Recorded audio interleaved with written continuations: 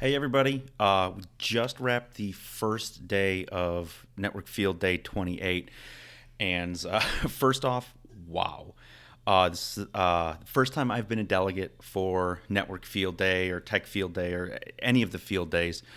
And I'm thoroughly impressed with just how the event is run, how it's structured. I'm enjoying myself, yeah, getting to hear these vendors talk to us in a way that's, it's not marketing decks, it's engineer specific conversations. So, right now, initial take is that's amazing. So I'm gonna run through the three vendors that we talked to today, or talked to us today, and just give you my feedback or the things that stood out the most for me. So Juniper talked a lot today, and they started out on the Marvis side. And the thing that struck me the most about the Marvis conversation was the the AI that they've built in, or that they're building, and what they advertise that it's capable of doing. I have a hard time understanding how it knows, and how it knows what's best for my environment. So if you were following along, I was questioning them on, okay, so you've got a warehouse and a college campus, and how does the AI know what is the best way to handle each of those environments without you telling it what sort of environment that it actually is? And there was a response in there that you can tweak some of the roaming thresholds, like how quickly should you be roaming, or yeah, I think that's what it was. I I just don't get how it works. Like, how does the AI know? But I suppose that's the thing about AI, is that it's learning all the time. So I need to see that more in action, because as somebody who has maintained wireless in a fairly sizable warehouse, now they say it works, and some of the names that they dropped out there are definitely big names with big warehouses, but it's just super intriguing just to try and understand how they are able to extract that data and turn it into a functional network without knowing more of the network's parameters. So, super impressive. They're gaining market share, so it must be working. But at some point in time, I'm really going to want to see that in action. Then we had a missed conversation, and something that I found real interesting in there, and this comes back into the AI as well, is that they're able to profile the normal operational characteristics of a device, and then alert when they change. And the example that they used was a camera, and like, okay, the camera stopped streaming. Like, normally it streams 20 megs a second, and then it just stops. Okay, and that it can figure out that, oh no, that's a camera, and it just stopped working. So there were a lot of other AI features in there, but I really liked that because, you know, those events are going to generate tickets. A network-based camera stop working is going to generate a ticket.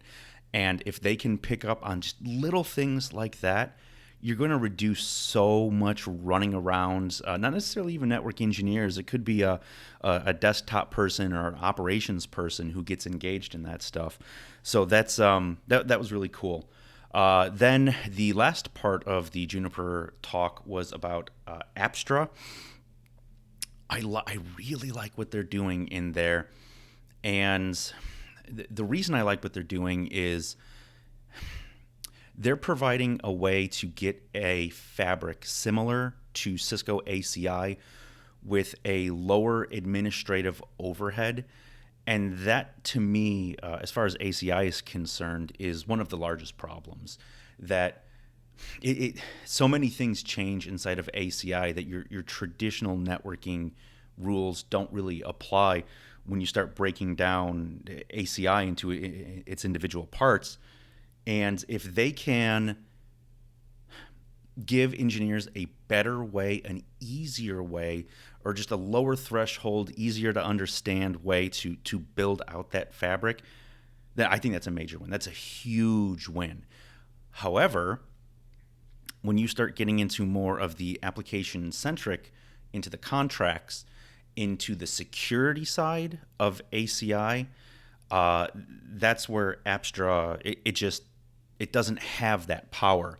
So on ACI, you definitely have the ability to insert a firewall and run your security through there.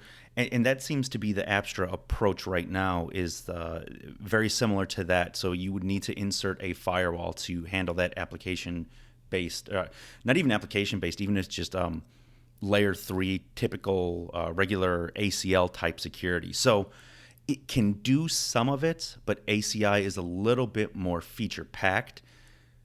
But then you really have to ask yourself, even if you are on ACI, how close are you going to get to full blown application centric mode? It's a tough barrier to overcome. So I think if Apstra is able to counter that last part, or if they're able to make the application security side as easy as they've made the fabric managing side, then they'll really have a top to bottom solution or answer or alternative to Cisco ACI. But right now, as far as the fabric goes, I would love to see that in action.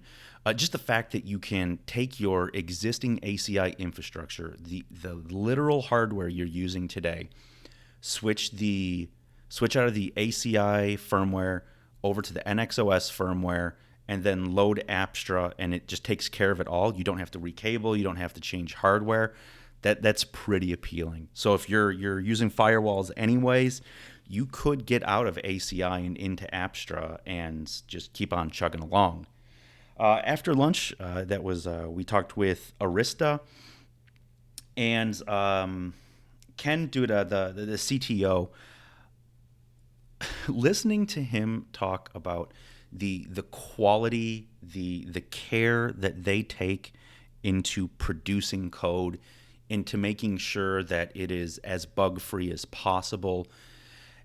It was very refreshing, almost invigorating to listen to a C-level person talk about how important it is for the quality of code to be baked into the culture of an organization, and how they're willing to push back and update. They're willing to push back quite a bit until the software is just right. I appreciate that. I wish there was more of that in the networking space, that maybe it's okay to go a little bit slower if you're going to do it better. If I have fewer bugs out of the end, that's just truly a beautiful thing.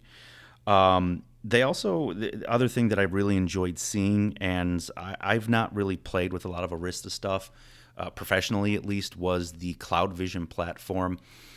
And it's very similar in approach, or at least in concept, to like Cisco DNA Center, but it seems to be easier to work with, and I definitely appreciate that. Like DNA Center, kind of similar to ACI, can be a bit much, and you sort of walk that line of what are too many features, because when you're working with DNA Center, you also have the SD access on top of it. There's a lot that they tried to bake into there, and Arista doesn't have as many features. But when I'm watching their ability to even just like the chat ops in there, like that was really cool, how easily you can interact with that platform, or how easy it was to build a template and push. And I don't know, I really liked it. I do want to see more of it. I'll have to do some more playing around or just investigation on my own to learn a little bit more about Cloud Vision. But based on what I saw today, I'm a big fan of it. And the last presenter was Netris, and the whole idea behind Netris is that you're taking your on-prem environment and allowing you to interact with it as if it was a public cloud. And there were two things that stood out in my mind that I think it's a really good fit for. So let's say you're in a vertical and you're just averse to cloud. You've got regulations, or you just don't want to keep your stuff in the cloud, but you want the cloud functionality. Netrus is really good in that area. It's something else that they do really well, or it seems like it'll be a really good fit, is let's say you have retooled your entire team and you've gone in heavy on the cloud. Everybody knows cloud, they know how to use it. Or you have these, you're taking advantage of the elasticity of the cloud, but you no longer require that. So it will let you take these workflows that you've developed for the cloud and bring them back on-prem, which is really cool, because anytime you talk about cloud anything, every cloud provider, storage, compute, whatever it is, they'll give you a path to the cloud, but they don't really ever give you a path back out of the cloud. So once you've adapted your workflows to the cloud, and let's say 25% of it need to come back down to an on-prem environment for whatever reason, this is a way to do that. And that's really cool. So I know that was brief, and I'm pretty rapid fire now because I'm really fired up at the end of just the first day. We've got 2 more days of this. There's 3 more tomorrow and 3 more on Friday. I'm looking forward to it. I'm here for it. I'm loving it. So I'm going to try and keep doing this for day 2, day 3. Should get this out, hopefully before day 2 starts. But that's the wrap. That's my quick take on today. You can follow me on Twitter, SystemMTU1ONE, and I'll be sending out my opinions in real time and then doing another recap video tomorrow. Have a good day. Take care.